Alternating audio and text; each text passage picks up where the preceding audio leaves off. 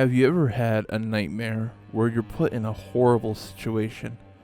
A nightmare that seems like you were awake and wanted desperately to wake up. A nightmare where nothing seems to make sense. This is a story of a hunter who wakes up in a terrifying world where death lurks around every corner. The hunter goes on their hunt to awaken from this nightmare. But will they wake up, or will they find that nightmares can become realities? Welcome to Rendered Art. Today's art, Bloodborne.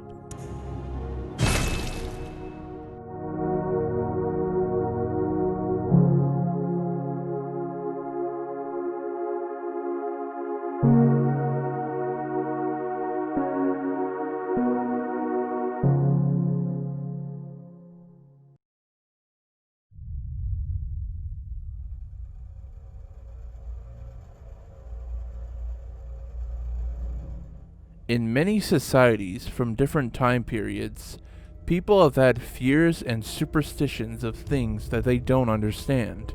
The Salem witch trials back in 1962 were born out of fear that some townsfolk were conducting witchcraft, and made various inhumane torture methods to make them confess to witchcraft.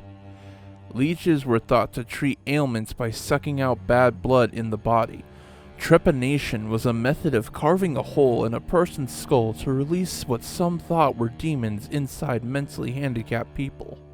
As humanity progressed to achieve medical and scientific achievements to better understand the world and the things that live in it, there are things that are undiscovered, things that we don't understand, and things we fear. An author by the name of H.P. Lovecraft, who lived in the 20th century, wrote chilling stories that would tap into the reader's natural sense to fear what we don't fully understand. Some of his most notable works include The Shadow over Innsmouth, At the Mountains of Madness, and The Call of Cthulhu. Lovecraft is known for formulating the cosmic horror genre, which features an unknown element or entity that would antagonize humans that cannot comprehend what they are, and usually lose their sanity. Many of Lovecraft's works are part of a universe known as the Cthulhu mythos, named after the ancient monster that first appeared in The Call of Cthulhu. Lovecraft never coined the term Cthulhu mythos, as it was author and Lovecraft enthusiast August Derleth who coined the term, and was one of several authors who contributed to the Cthulhu mythos with stories of their own. The Cthulhu mythos features an entire pantheon of deities known as Great Old Ones, who came from space and ruled Earth long ago, but now are hidden within the world in a deep sleep.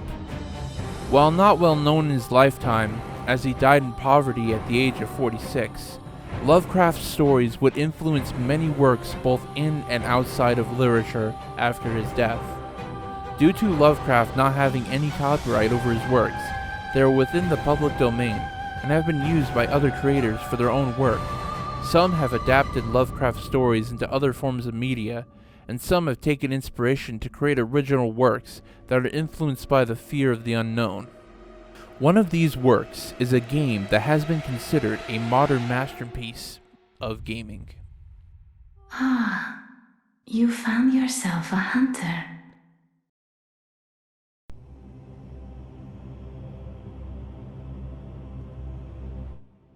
In 2004, a man named Hidetaka Miyazaki joined the company From Software as a game designer.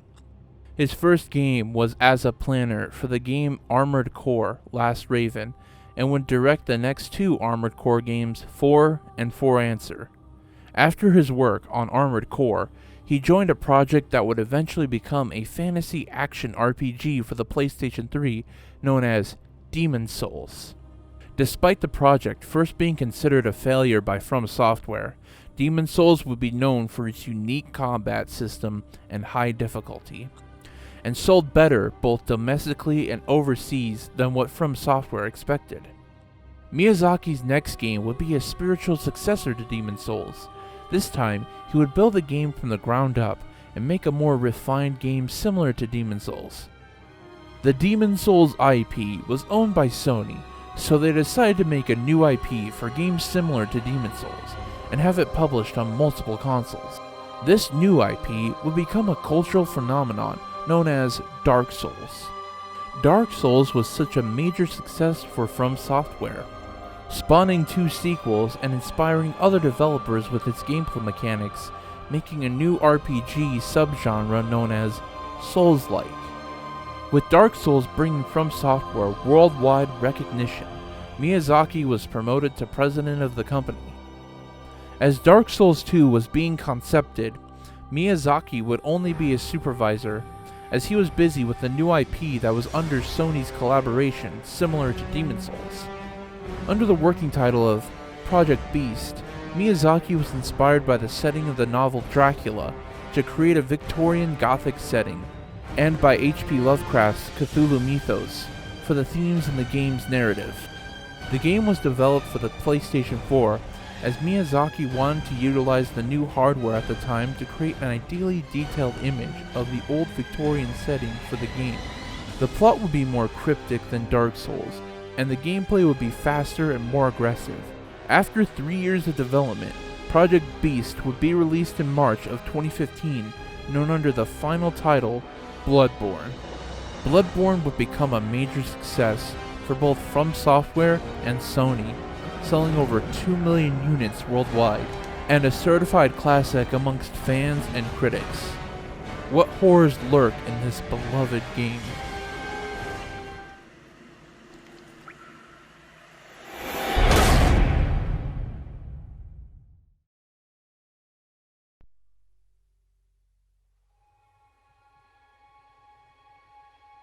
At the beginning of the game, the hunter wakes up in a town known as Yharnam.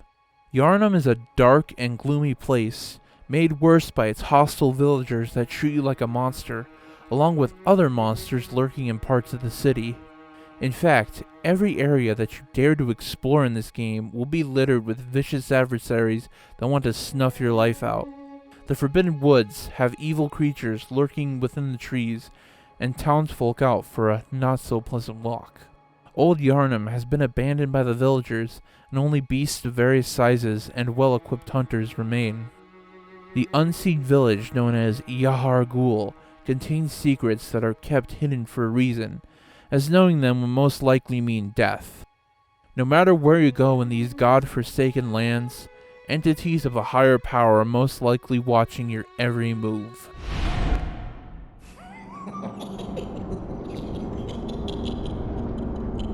Oh, Amygdala, have mercy on the poor bastard.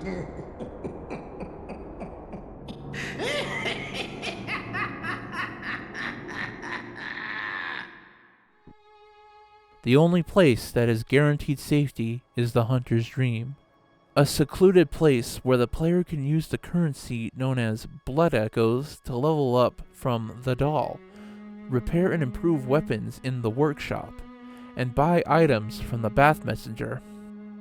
There are several headstones around the area that teleport you to many areas in the game when you are ready to resume your bloody hunt.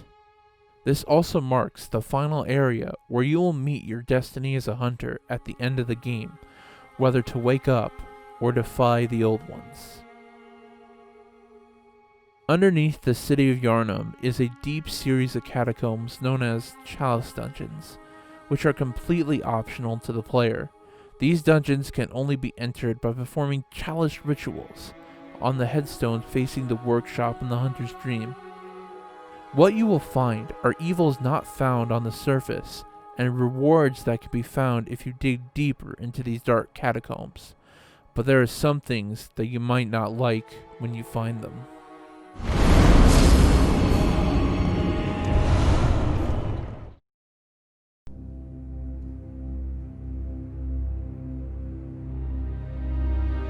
The character that is unfortunate enough to be trapped in this nightmare is a character simply named The Hunter, a customizable, silent character that is a projection of the player. The Hunter's goal is to simply find their prey and slaughter them so that they may find a way to wake up. The Hunter will meet other non-hostile characters that could be helpful to the player. but they will usually be cryptic, unnerving, dismissive, or even hostile to the hunter, as someone would probably act when they are in constant fear of the incomprehensible situation just outside their doors. This old mess that Yarnum's in, it's all your fault. You put it to the outsiders. One interesting character is Eileen the Crow, an assassin out on a mission to eliminate the hunters that have been corrupted by their bloodlust. The hunter can help her in her quest to defeat a corrupt hunter named Henrik, and if she does not die during this fight, she'll meet her unfortunate end when she fights the Bloody Crow of Canehurst.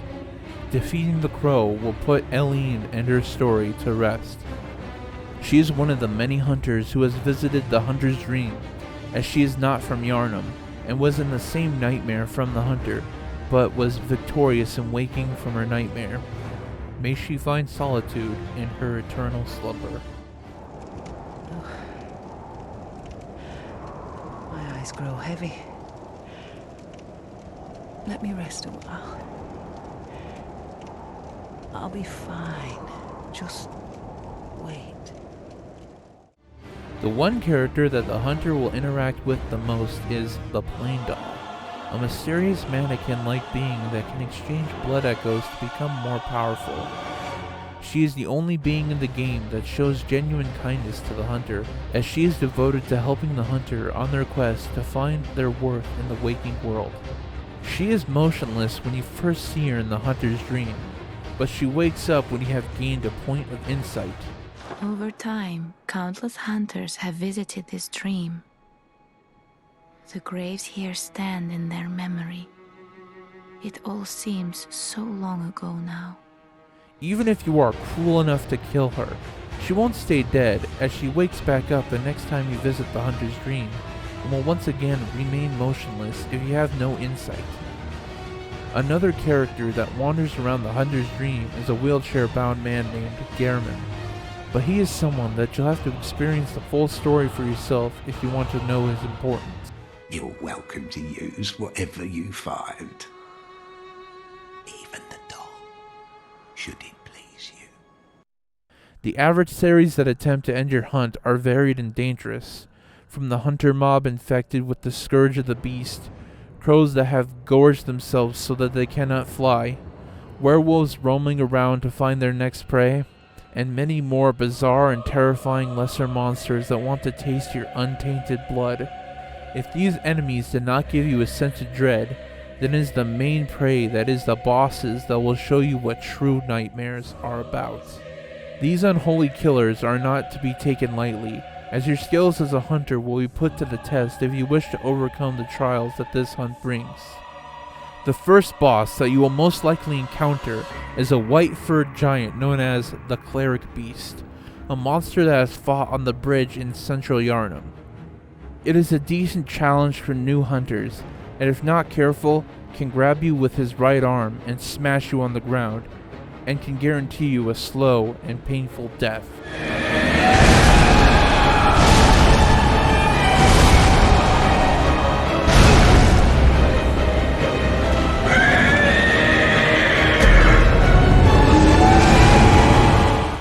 Vicar Amelia is another giant boss with white fur, but offers a much greater challenge with her attack range and healing ability. Amelia's fight starts with a graphic cutscene that shows her brutally shifting into a cursed beast. It is your job as a hunter to put her out of her misery.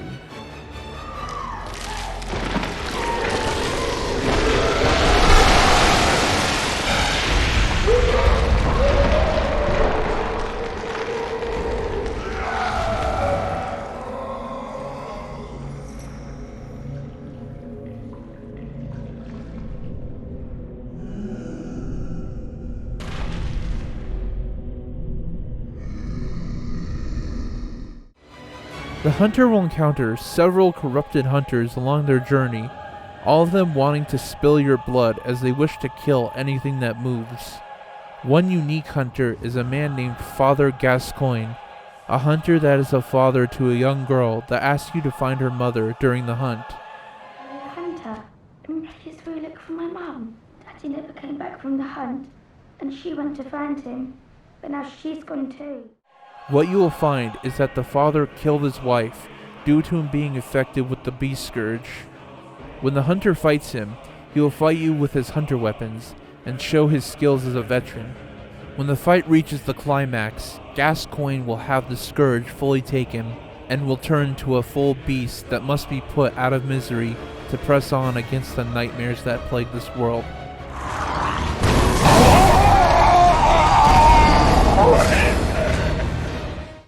But why do we suffer so much to get what we desire?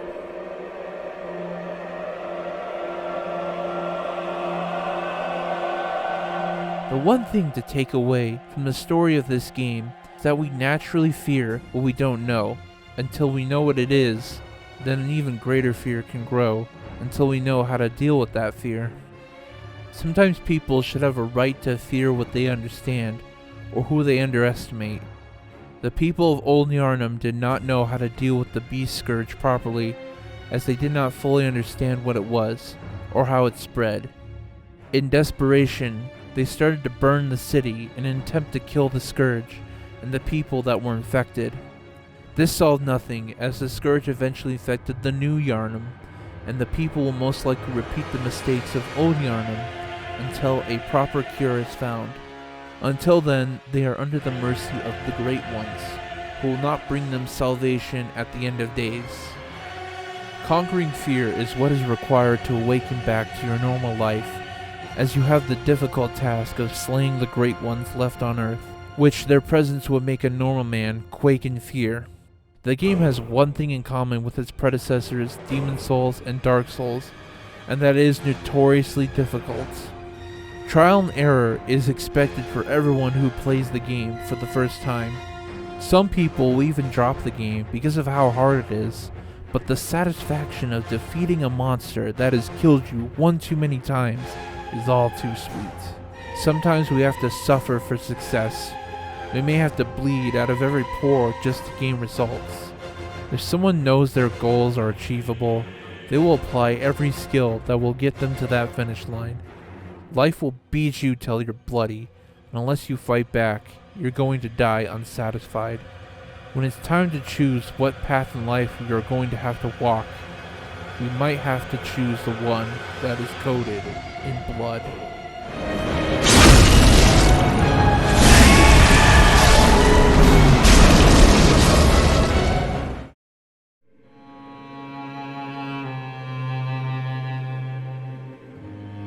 Bloodborne is one of the most unique gaming experiences from the past decade. A horror fantasy world dwelling within a brutally difficult action RPG that has gained a dedicated following like its successors before it.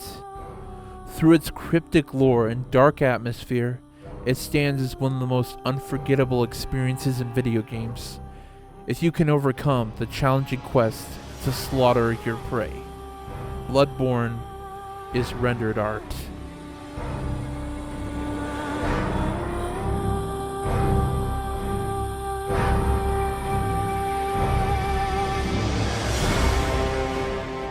Hello everyone, thank you so much for watching this video. Part of this video wouldn't be possible without a man named Vati Vidya. I looked up some of his videos and learned some lore because it was kind of difficult to understand. You have to read so many item descriptions.